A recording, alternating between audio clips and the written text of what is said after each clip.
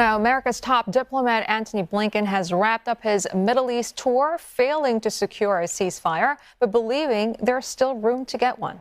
Well, the latest proposal crumbled after Israel's Prime Minister Benjamin Netanyahu rejected counter demands from Hamas. A new round of negotiations is expected in Cairo today. While there are some clear non-starters in Hamas's response, we do think it creates space for agreement to be reached. And Mr. Blinken met Israeli leader Benjamin Netanyahu, who, after the talks, dismissed Hamas's demands as delusional. The Israeli-backed proposal had offered a 40-day truce and exchange of hostages and prisoners. But Hamas wanted it to last at least 4 months with a plan to end the war. Demands that Israel felt were non-negotiable. Mr. Netanyahu says he will settle for nothing less than total victory and the elimination of Hamas. He's ordered troops to prepare to push into the southern city of Rafah. אנחנו בדרך לניצחון מוחלט. הניצחון הוא בהישג יד. זה לא עניין של שנים או עשרות שנים, זה עניין של חודשים. היום שאחרי זה היום שאחרי חמאס. לא חלק מהחמאס, לא חצי מהחמאס, כל החמאס. Hamas says Mr. Netanyahu's comments indicate a pursuit of regional conflict, warning it's prepared to deal with all options. For more, Ian Parmeter, former Australian ambassador to Lebanon and also research scholar with the Center for Arab and Islamic Studies at the Australian National University, is joining us from Canberra this hour. Ambassador, firstly, I want to get your reaction to Hamas's detailed three-phase plan, and what do you make of their strategic considerations behind it? Well, it was a very hardline response, and it's not surprising that the Israeli Prime Minister Netanyahu has rejected it. It was, I think, Hamas's maximalist position. The Secretary of State Blinken has said he thinks that there are some positive elements in it, and I think that's probably right. They are looking at release of hostages over 3 45-day periods. Now, whether that can be finessed into something that the Israelis can eventually accept, we'll have to wait and see. But the real problem is that Netanyahu himself is under great pressure from within Israel from two sources. One, of course, is his own right-wing cabinet, which could fall apart, and his government could fall apart if he accepts anything that leaves Hamas still in place.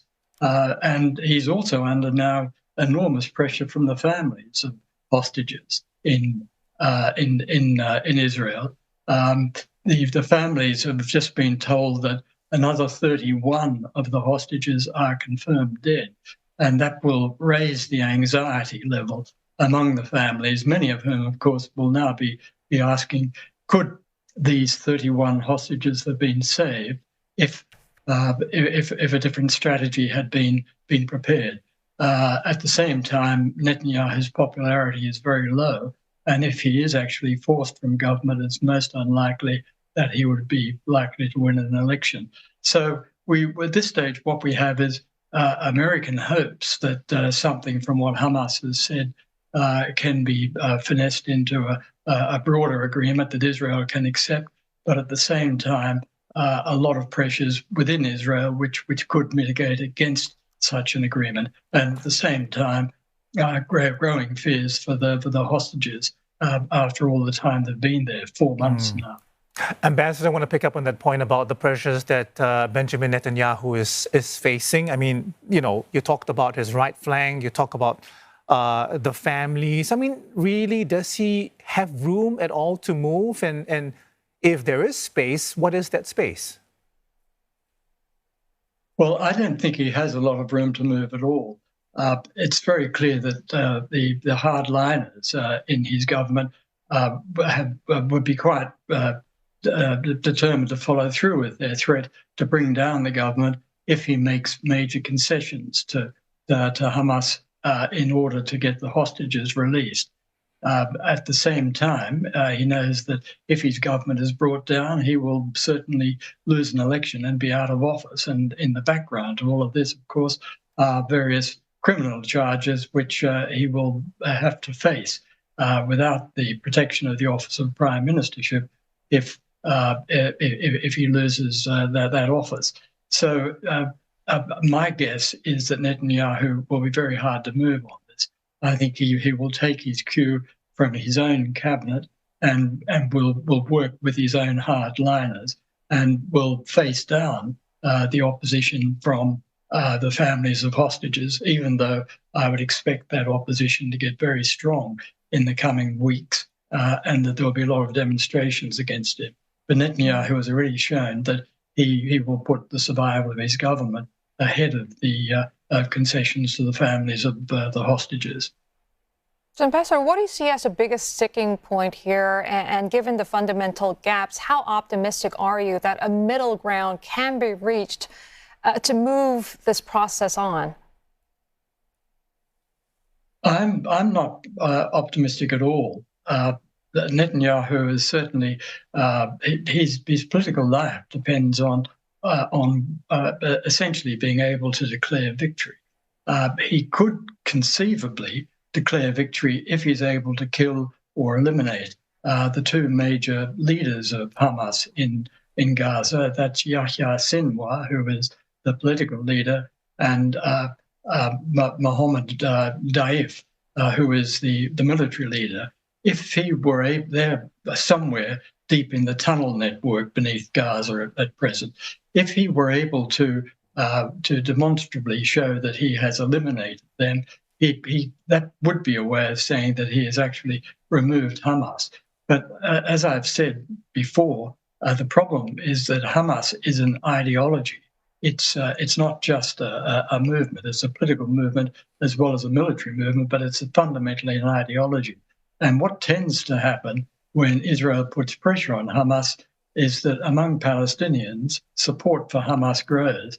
And opinion polls have shown that even in Gaza, where one would have thought that there'd be a lot of anger with Hamas over the death and destruction that its actions on the 7th of October have brought down on them, the most recent opinion poll I've seen has shown that support has gone up from 38% to 42%. And even more worryingly for Israel, in the West Bank, support for Hamas, which before the 7th of October was just at 12%, has gone up to 44%. So that indicates that Hamas itself is gaining in popularity among Palestinians, who, of course, are very angry at the actions of the Netanyahu government in killing so many Palestinians. And we need to bear in mind that the numbers are really quite extraordinary. We have something like 27,000 known, confirmed Palestinians killed, with possibly another 10,000 or so unaccounted for under the rubble and quite certainly dead. Now, this is an extraordinary number, and to put that into context, in the Ukraine war, which of course has hurt civilians greatly, it's taken over 2 years of that war, some 10,000 civilians have been killed. So this is one of the most destructive wars in modern history in terms of just how quickly, in 4 months, a huge death toll has occurred. Right. So this is something the international community will be putting pressure on Netanyahu over. And of course, he will bear in mind that he still has the International Court of Justice demands that he take action to prevent the harm to civilians. Right. So he's under a lot of pressure, but I think he will prioritize keeping his government together. Understood. We do have to go, Ambassador Parmeter. We are out of time. Thank you very much for sharing your time and insights with us. Ian Parmeter from the Australian National University, joining us there from Canberra.